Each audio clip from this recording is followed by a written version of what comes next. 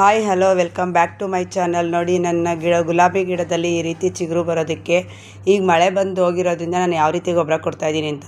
ಇದು ಕೌಡನ್ ಕಾಂಪೋಸ್ಟ್ ಅಂದರೆ 1 year old. ನೋಡಿ ಗೊಬ್ಬರ ಯಾವ ಥರ ಇದೆ ಅಂತ, ಹುಡಿಯಾಗಿದೆ.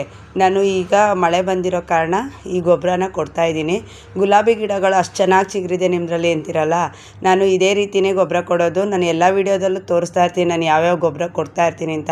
ಈಗ ನಾನು ಯಾವುದೇ ಗಿಡನ ಲೂಸ್ ಮಾಡಲ್ಲ, ಯಾಕೆಂದರೆ ಮಳೆ ಹುಯ್ದಿರೋದ್ರಿಂದ ತೇವಾಂಶ ಇರೋದ್ರಿಂದ ಅದು ಮೇಲೆ ಹಾಕೋದ್ರಿಂದ ಅದ್ರ NPK ಅಂಶ ತುಂಬ ಚೆನ್ನಾಗಿ ಅಬ್ಸರ್ವೇಷನ್ ಮಾಡುತ್ತೆ. ಹಾಗಾಗಿ ನಾನು ಹಾಗೆ ಗ್ರೋ ಬ್ಯಾಗ್ಗೆ ಹಾಕ್ತಾ ಇರೋವಂಥದ್ದು. ನೋಡಿ ಎಷ್ಟೊಂದು ಗುಲಾಬಿ ಗಿಡದಲ್ಲಿ ಫೇಶಿಯಲ್ ಸೂಟ್ಸ್ ಆಗಿರ್ಬೋದು ಯಾವ ಥರ ಬಂದಿದೆ ಅಂದರೆ, ನಾನು ಯಾವುದೇ ಒಂದು ನಿಮಗೆ ಮೊದಲೇ ಹೇಳಿದ್ದೀನಿ, ನಾನು ಏನೇ ಒಂದು ಗೊಬ್ಬರ ಕೊಟ್ಟರು ಫಸ್ಟು ಒಂದು ಗಿಡಕ್ಕೆ ನಾನು ಚೆಕ್ ಮಾಡಿ ಆಮೇಲೆ ನಂತರ ಎಲ್ಲ ಗಿಡಗಳಿಗೂ ಕೊಡೋದು ಅಂತ. ನನಗೆ ಅನುಭವ ಆದರೆ ಮಾತ್ರ ನಾನು ವಿಡಿಯೋ ಮಾಡೋ ಅಂಥದ್ದು ಅಂತಲೂ ಕೂಡ ಹೇಳಿದ್ದೀನಿ. ನೋಡಿ, ನನ್ನ ಪ್ರತಿಯೊಂದು ಗಿಡದಲ್ಲೂ ನೀವು ನೋಡ್ತಾ ಇರ್ಬೋದು ಎಷ್ಟು ಚೆನ್ನಾಗಿ ಚಿಗುರು, ಹೂವು, ಮೊಗ್ಗು ಎಲ್ಲ ಇದೆ ಅಂದರೆ ನಾನು ಕೊಡೋವಂಥ ಗೊಬ್ಬರಗಳು ಅಷ್ಟೇ. ನಾನು ಹೇಳ್ತೀನಿ, ಯಾವುದೇ ಕೆಮಿಕಲ್ ಗೊಬ್ಬರನ ನಾನು ಬಳಸೋದಿಲ್ಲ ಅಂತಲೂ ಹೇಳಿದ್ದೀನಿ. ಕೆಲವರು ಹೇಳ್ತಾರೆ NPK ಅಂಥದ್ದೆಲ್ಲ ಬಳಸ್ತಾರೆ ಅಂತ, ಬಟ್ ನಾನು ಯಾವ NPKನೂ ಬಳಸಲ್ಲ. ನಾನು ಬಳಸೋವಂಥದ್ದು ಸಗಣಿ ಗೊಬ್ಬರ ಮತ್ತು ಕಡಲೆ ಹಿಂಡಿ, ಎಪ್ಸಮ್ ಸಾಲ್ಟು ಈ ರೀತಿ. ಆದರೆ ಇದು ಹೆವಿ ಫೀಡರ್ ಇರ್ಬೋದು, ಆದರೂ ಕೂಡ ನಾನು ಕೊಡೋವಂಥದ್ದು ಜಾಸ್ತಿ ಹಸುವಿನ ಕೊಟ್ಟಿಗೆ ಗೊಬ್ಬರ ಅಥವಾ ಕಡಲೆ ಹಿಂಡಿ, ಎಪ್ಸಮ್ ಸಾಲ್ಟು ಆ ಥರದ್ದೆಲ್ಲ ಕೊಟ್ಟು ನಾನು ಹಾಕೋವಂಥದ್ದು. ನೋಡ್ತಾ ಇರ್ಬೋದು ನೀವು ಎಷ್ಟು ಚಿಕ್ಕ ಗಿಡದಲ್ಲೇ ಎಷ್ಟು ಚೆನ್ನಾಗಿ ಚಿಗುರು ಎಲ್ಲ ಬಂದಿದೆ ಅಂತ.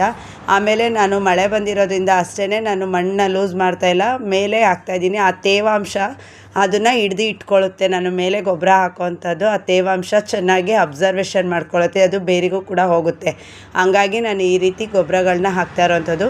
ನಾನು ಪ್ರತಿ ಎಲ್ಲ ಗ್ರೋ ಬ್ಯಾಗಿಗೂ ಕೂಡ ಒಂದೊಂದು ಹಿಡಿಯಷ್ಟು ಅಂದರೆ ನನ್ನ ಕೈ ಮುಷ್ಟಿಯಲ್ಲಿ ಒಂದು ಮುಷ್ಟಿಯಷ್ಟು ಮಾತ್ರ ನಾನು ಗಿಡಗಳಿಗೆ ಕೊಡ್ತಾ ಇರೋವಂಥದ್ದು.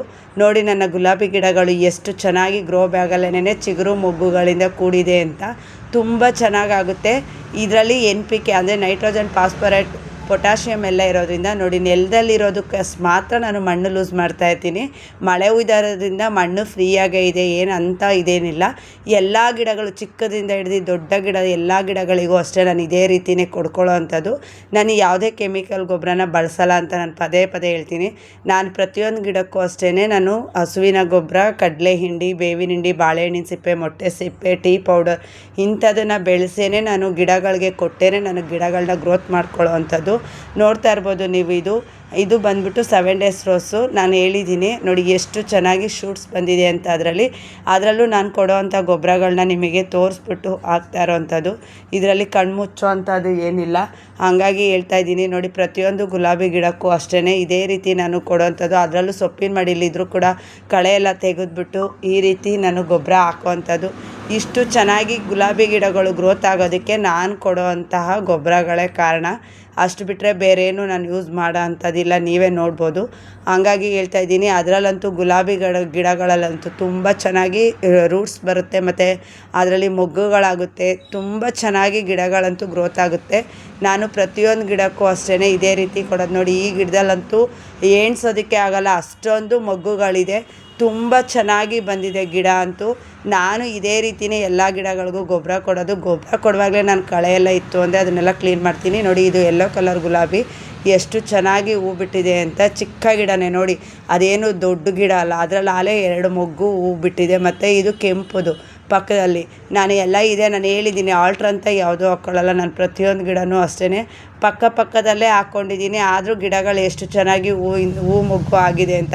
ತುಂಬ ಚೆನ್ನಾಗಿ ಹೂ ಮೊಗುತ್ತೆ. ಇದು ಪಿಂಕ್ ಕಲರ್ ಗುಲಾಬಿ ಗಿಡ ನೋಡಿ ಎಷ್ಟೊಂದು ಮೊಗ್ಗಿದೆ. ನಾನು ಎಲ್ಲ ಗಿಡಗಳಿಗೂ ಅಷ್ಟೇ ಇದೇ ರೀತಿ ಗೊಬ್ಬರಗಳನ್ನ ಕೊಡೋ ಅಂಥದ್ದು. ನಾನು ತುಂಬ ಚೆನ್ನಾಗಿ ಗಿಡಗಳು ಗ್ರೋತ್ ಮಾಡ್ಕೋಬೇಕು ಅಂದರೆ ನಾನು ಈ ರೀತಿ ಗೊಬ್ಬರಗಳನ್ನೇ ಕೊಡೋದು. ಅದರಲ್ಲಂತೂ ಈ ಗಿಡ ನೋಡಿ ಎಷ್ಟೊಂದು ಮೊಗ್ಗಾಗಿದೆ ಅಂತಂದರೆ ತುಂಬಾ ಗಿಡ ತುಂಬ ಮೊಗ್ಗಾಗಿದೆ. ಅದಕ್ಕೂ ಅಷ್ಟೇ ನಾನು ಎಲ್ಲದಕ್ಕೂ ಅಷ್ಟೇ ನೆಲದಲ್ಲಿರ್ಬೋದು. ನೋಡಿ ಈ ಗಿಡ ಎಷ್ಟು ಗ್ರೋತ್ ಆಗಿದೆ ಅಂದರೆ ತುಂಬ ಚೆನ್ನಾಗಿ ಮೊಗ್ಗು, ಚಿಗುರು, ಹೂವು ಎಲ್ಲ ನೀವೇ ನೋಡ್ತಾ ನಾನು ಪ್ರತಿಯೊಂದು ವಿಡಿಯೋದಲ್ಲೂ ತೋರಿಸ್ತಾನೆ ಇರ್ತೀನಿ. ಈ ಥರ 1-2 ಗಿಡ ಇತ್ತು ಅಂದರೆ ತುಂಬ ಚೆನ್ನಾಗಾಗುತ್ತೆ.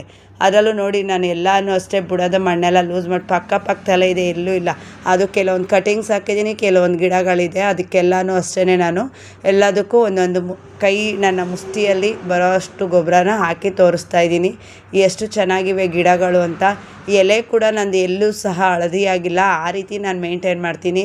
ನಾನು ಎಷ್ಟೇ ಕೆಲಸ ಇದ್ದರೂ ನನ್ನ ಗಿಡಗಳನ್ನ ಮೇಂಟೈನ್ ಮಾಡೋದು ಮಾತ್ರ ಬಿಡೋದಿಲ್ಲ. ಅದು ನನಗೆ ಅಭ್ಯಾಸ. ಹಾಗಾಗಿ ಹೇಳ್ತಾ ಇದ್ದೀನಿ.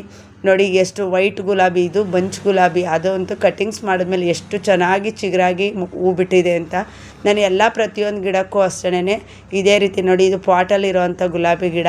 ಇದಕ್ಕೂ ಅಷ್ಟೇ ನಾನು ಎಲ್ಲ ಹಳದಿ ಆಗಿರೋ ಎಲೆ ಆಗಿರ್ಬೋದು ಅದೆಲ್ಲ ತೆಗೆದ್ಬಿಟ್ಟು ನೀಟಾಗಿ ಗೊಬ್ಬರನ ಹಾಕ್ತಾ ಇರೋವಂಥದ್ದು.